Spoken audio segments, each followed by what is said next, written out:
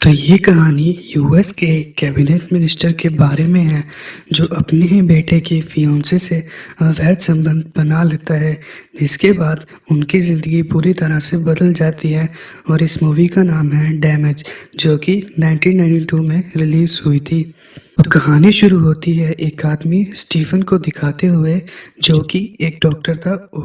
और बाद में उसने राजनीति में कदम रखा और अब वो एक कैबिनेट मिनिस्टर बन चुका है। स्टीफन अपनी वाइफ इंग्रिड और छोटी बेटी सैली और बड़े बेटे मार्टिन के साथ एक सुखद लाइफ जी रहा था। मार्टिन एक यंग जर्नलिस्ट है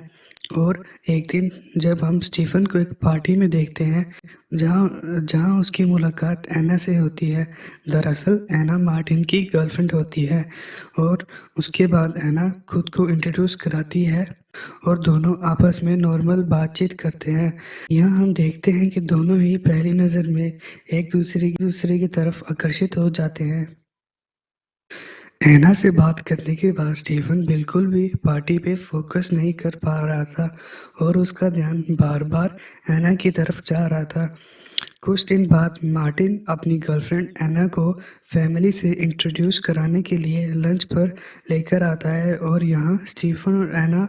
आपस में मिलते हैं और ऐसा प्रिटेंड करते हैं कि जैसे कि वो पहले कभी मिले ही ना हो। पूरे लंच के दौरान स्टीफन एना को बार बार देखे जा रहा था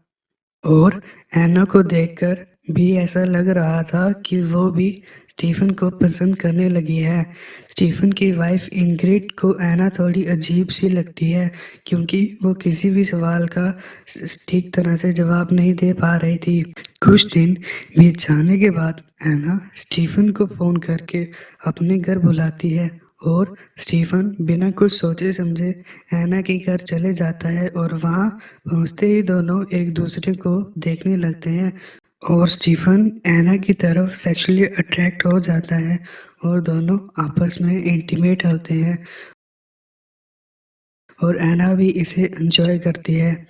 कुछ टाइम बाद मार्टिन स्टीफन की ऑफिस आता है और उसे बताता है कि उसका एडिटर के पद पर प्रमोशन हो गए है, जिसे सुनकर स्टीफन खुश होता है और वो एक फैमिली पार्टी के लिए मार्टिन से पूछता है, जिस पर मार्टिन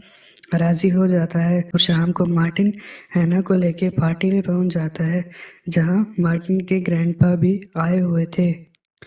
और उन्हें एना काफ़ी पसंद आती है। डिनर के दौरान इंग्रिड एना की फैमिली के बारे में पूछती हैं, जिस पर एना कहती है कि उसके पिता भी एक डिप्लोमेट थे। एना कहती है कि उसका एक भाई भी था, लेकिन जब वो 16 साल का था तब उसने सुसाइड कर लिया था। इंग्रिड पूछती है कि उसने ऐसा क्यों किया, तो एना कहती है कि प्यार की वजह से। यहाँ मार्टिन सिचुएशन को देखते हुए कहता है कि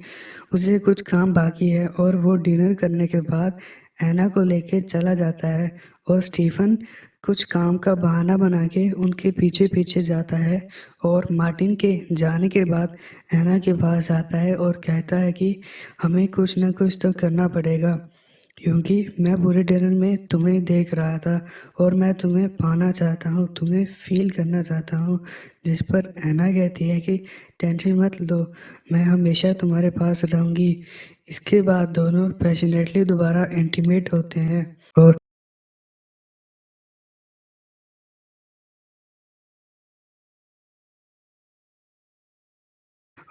उसके बाद ऐना अपने भाई के बारे में बताती है। हमारे पेरेंट्स जगह जगह मूव होते रहते थे और मेरा भाई और मैं एक साथ रहते थे, लेकिन जैसे जैसे हम बड़े होते गए मेरा भाई मेरे लिए बहुत पोसेसिव हो गया था और वो मुझे ही पाना चाहता था। लेकिन जब उसको मेरे बॉयफ्रेंड के बारे में पता चला तो उसने गुस्से में आकर सुसाइड कर लिया।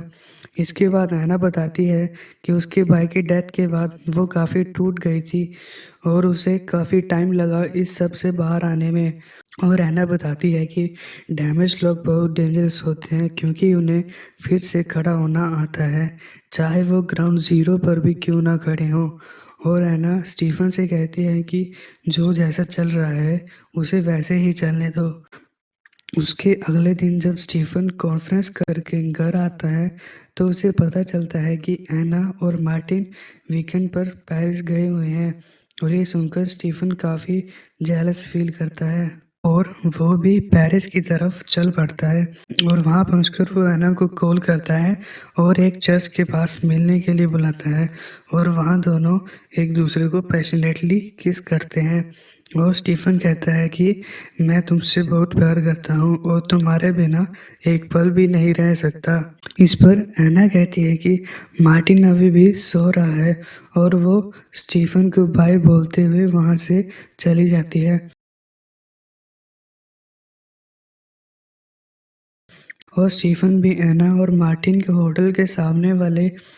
रूम बुक कर लेता है और जब वो एना और मार्टिन को साथ में इंटीमेट होते हुए देखता है तो वो जेलस के मारे रोने लगता है और कुछ दिन बाद स्टीफन एना को एक गार्डन में मिलने के लिए बुलाता है